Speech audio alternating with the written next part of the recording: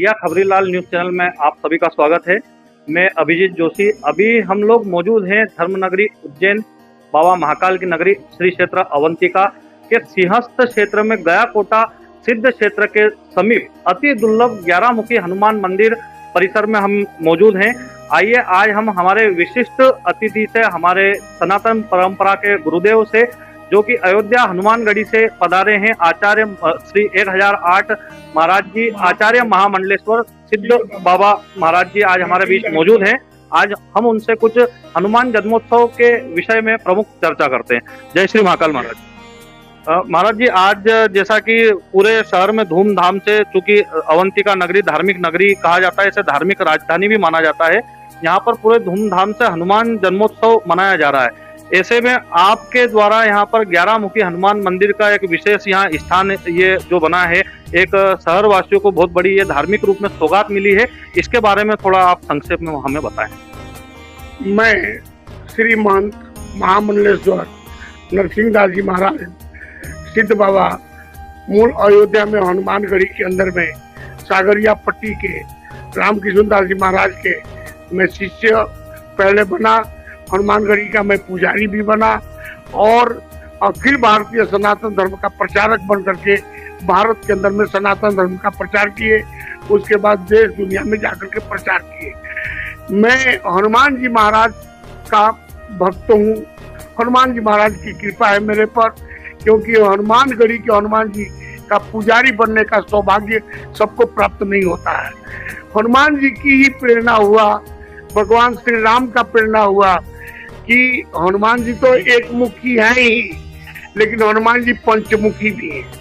हनुमान जी महाराज सप्तमुखी भी है और हनुमान जी महाराज 11 मुखी भी है। ये कवच है, पंचमुखी कवच, सप्तमुखी कवच और 11 मुखी कवच। अगस्त संहिता में 11 मुखी हनुमान जी का जो प्रमाण मिलता है, कालकर नाम का भयंकर राक्षस था, जो राक्षस राम से भी नहीं मर सकता था, त्रेता युग की ही कथा है, जिसको मारने के लिए हनुमान जी महाराज 11 मुख धारण किए, क्योंकि वो राक्षस ब्रह्मा जी से वरदान मांगा था कि आज के दिन, जो आज का चैत्री पूर्णिमा है, इसी दिन वो राक्षस जन्म लिया था। इसी दिन वो जन्म लेकर के दुनिया में मनुष्य का ऊपर, उनके जो शरीर के ऊपर पूरा बस करके अधर्म की तरफ ले जाने के लिए और धर्म का नाश करने के लिए उसने अत्याचार और पाप करना शुरू कर दिया था, जिसको मारने के लिए हनुमान जी महाराज 11 मुख धारण किए।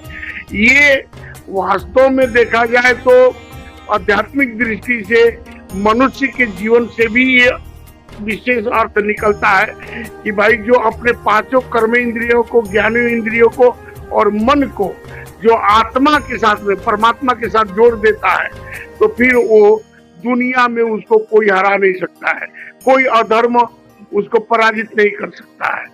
और ऐसा ही बनेगी जिंदगी तो विश्व का कल्याण होगा। महाराज जी, जाना जाता है जैसे कि अभी कलिकाल चल रहा है, कलयुग का ये समय है। हमारा भारत देश संतों की नगरी, देवी देवताओं का देश माना जाता है। शुरुआत से सनातनी यहाँ पर परंपरा रही, लेकिन आज का युवा जो व्यभिचार की ओर, नशाखोरी की ओर बढ़ रहा है, ऐसे में आपके माध्यम से ऐसा एक कोई संदेश आप दीजिए जिससे युवा मुख्य धारा में लौटे और देश का मान सम्मान विश्व भर में बढ़े। देखिए, मैं आशावादी पुरुष हूँ। ठीक है, व्यसन बढ़ा है, व्यभिचार बढ़ा है, पाप बढ़ा है, लेकिन हम लोग पाप से नफरत करते हैं, पापी से नहीं। व्यसन से नफरत करते हैं, व्यसनी से नहीं। वो तो अच्छा आदमी ही था, जब व्यसन नहीं करता था तो वो निर्व्यसनी अच्छा व्यक्ति था। पापी तो बना पाप करने के बाद में, तो वो पापी संगत, असर, कलिकाल, ये सब कुछ का अंतर होता है, सब कुछ का असर होता है। लेकिन एक बात को याद रखिएगा, आज के युवा दोनों तरफ चल रहा है। अध्यात्म में भी अमुक युवा इतना आगे बढ़ रहे हैं कि मेरे को ऐसा लगता है कि व्यसन और व्यभिचार से मुक्त होकर के इस देश को युवा ही धार्मिक रूप में स्थापित करेंगे, ये मेरे को विश्वास है। इसलिए विश्वास है मेरे को कि व्यसन जितना लोग डूब गए हैं और जितना बेविचार में डूब गए हैं, उससे भी निकलने का धर्म कहता है कि ये इसका भी एक अंत होता है। इसका भी आप फिलॉसफी में देखेंगे तो कोई वस्तु को आदमी अति जब करता है तो उससे फिर निगेटिव होता है, तो अब निगेटिव होने का भी तैयारी चल रही है। और मैं आपको विश्वास दिलाता हूँ एक धर्म गुरु के नाते कि हमारा भारतवर्ष विश्व गुरु था, अब विश्व गुरु होगा। और अध्यात्म इतना आगे बढ़ रहा है, धार्मिकता आप देखे होंगे, ठीक है दोनों चल रहा है, लेकिन धार्मिकता जितनी जागृत हो रही है और अपना हिंदुस्तान में अपने मैं धर्मगुरु तरीके हिंदुओं में आप देखे होंगे कि 10-12 वर्ष के अंदर में, ऐसे देखा जाए तो 20 वर्ष के अंदर में जितनी जागृति हिंदुओं में आया है उतना पहले कभी नहीं आया था। इसका मतलब है कि समय बदल रहा है, लोगों का विचार भी बदल रहा है, लोग समझ रहे हैं डर भय। आप देखिए तो दुनिया के ऊपर एक तरफ संकट, एक तरफ पृथ्वी पर देखो तो प्रकोप, हवा पानी का प्रकोप, मतलब सब प्रकार से पंच तत्वों का प्रकोप। मतलब ये भी एक संकेत है कि नई दुनिया का सर्जन हो रहा है। आप समझ रहे हैं बात को? ये समय एक तरफ पाप सीमा अति सीमा आगे बढ़ रहा है, तो उसी तरह से पुण्य भी अपना स्वरूप बना रहा है। और समय ऐसा आया है कि धर्म अधर्म की लड़ाई अब ऐसा कौरव पांडव की बात नहीं, मनुष्य के अंदर में ही, मनुष्य में ही अधर्म और धर्म दोनों है। इसी अपने शरीर में ही अधर्म के ऊपर विजय प्राप्त करना है और धर्म को स्थापित करना है। और मैं मानता हूँ, मैं धर्म गुरु तरीके मैंने युवाओं में जितना जागृति देखा है, जितनी माताएं बहनों में आज जागरण हो रहा है, उससे हमको आशावादी, हम पुरुष हैं, हम वो दिन जरूर देखेंगे जो विश्व गुरु के रूप में भारतवर्ष माना जाता था और सभी लोग सुखी थे, कोई रोगी नहीं थे और सब के सब आनंद से जिंदगी जीते थे। वो समय फिर आ रहा है। ठीक है, थोड़ा बहुत जब नाश होता है अत्याचार पाप का, तो फिर उदय भी होता है पुण्य का और सद्विचार का। महाराज जी, 500 वर्षों का लगातार संघर्ष हिंदू समाज ने किया है रामलला को पाने के लिए, उनके मंदिर स्थापना के लिए।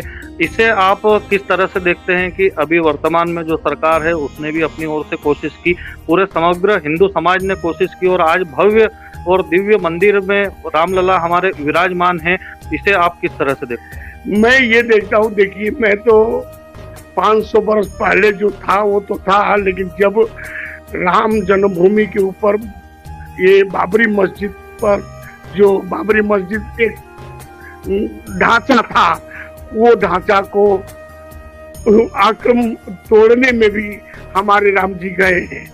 उसके अंदर में मैं भी पुलिस के द्वारा लाठी खाया हूँ मैं स्वयं, क्योंकि अयोध्यावासी हूँ, मूल अयोध्यावासी।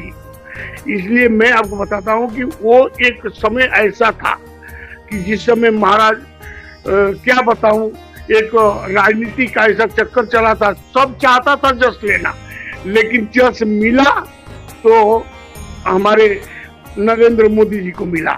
और ये भी याद रखना कि ये ऐसे नहीं, ये परमात्मा की कृपा से हुआ है। 500 वर्ष के बाद में महाराज जिस दिन हम लोग राम जी को दर्शन किए, आंख से आंसू चमक गया, ऐसा लगा कि राम राज आ गया। लोगों के अंदर में जो एक वातावरण खड़ा हुआ था, एक रोआ खड़ा हो रहा है मेरा, वो एक स्वरूप जो दिखाई पड़ रहा है। इसी से मैं कहता हूँ कि राम जी ही नहीं आए हैं, साथ में धर्म भी आया है और जागृति विश्व के अंदर में।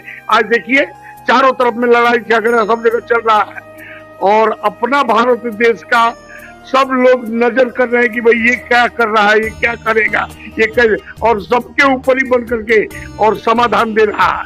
इसका मतलब है कि भारतवर्ष की आध्यात्मिकता की शक्ति सर्वश्रेष्ठ शक्ति है।